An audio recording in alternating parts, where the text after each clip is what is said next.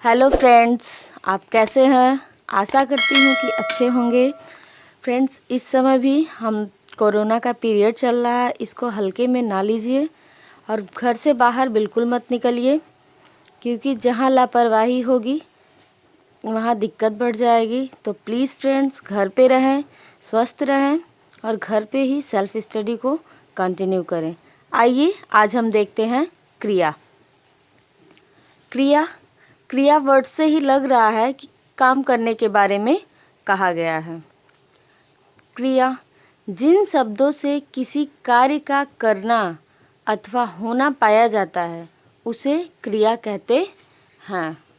अब यहाँ पे दो चीज़ है, किसी कार्य का करना अथवा होना पाया जाए। तो किसी कार्य का करना अर्थात किसी के द्वारा किया गया, और किसी कार्य का होना अर्थात वो कार्य खुद से हो रहा हो, जैसे नदी का बहना, झरना का गिरना, ये सब होता है, तो उसमें भी क्रिया है।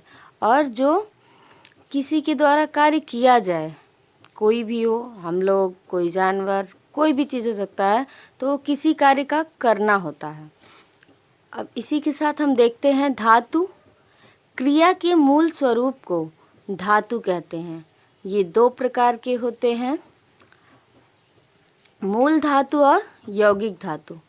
मूल धातु पढ़, लिख, खा, पी, जा, हंस, चल, दौड़, ये सब मूल धातु हैं। यौगिक धातु में जैसे खा, पी, आ, जा, पढ़, लिख, खेल कूद, ये सब होता है। अब कर्म के आधार पर क्रिया के भेद। क्रिया के दो भेद होते हैं कर्म के आधार पर,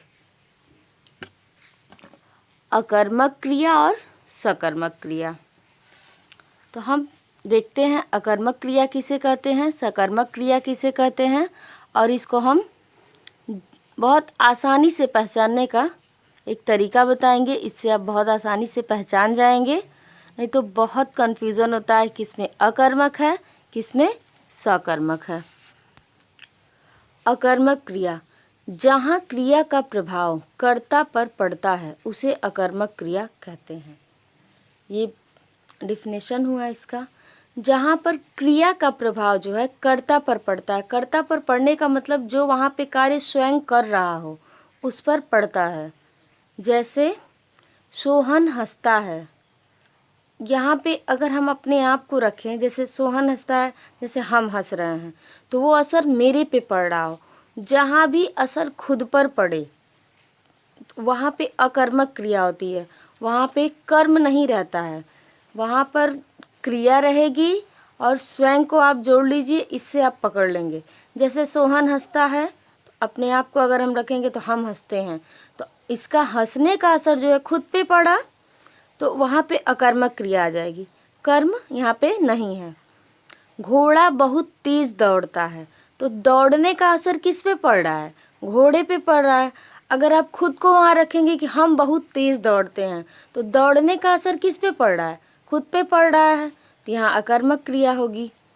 शेर जंगल में दहाड़ता है, तो जब वो दहाड़ रहा है तो दहाड़ने का असर किसी और पे थोड़ी ना पड़ रहा है, वो दहाड़ तो शेर खुद दहाड़ रहा है ना, बीच में तो कुछ हो रहा नहीं, रो तो जंगल में है, वो स्वाभाविक रूप है, वो जंगल में ही रहेगा।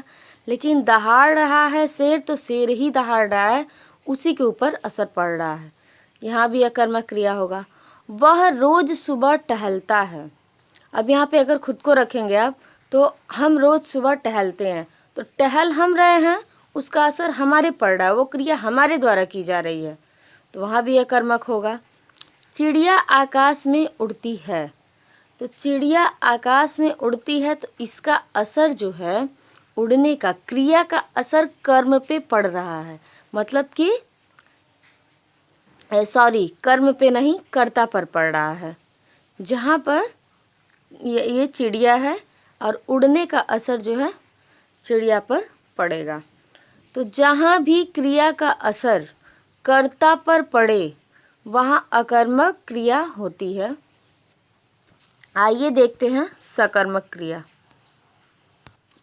सकर्मक क्रिया जहाँ क्रिया का प्रभाव कर्म पर पड़ता है उसे सकर्मक क्रिया कहते हैं। जैसे बच्चा दूध पीता है, तो बच्चा दूध पीता है, तो बच्चा पी तो रहा है लेकिन क्या पी रहा है? दूध पी रहा है। तो यहाँ पे कर्म आ जा रहा है, तो ये सकर्मक क्रिया होगा। ये दो प्रकार का होता है, इसको हम देखते हैं।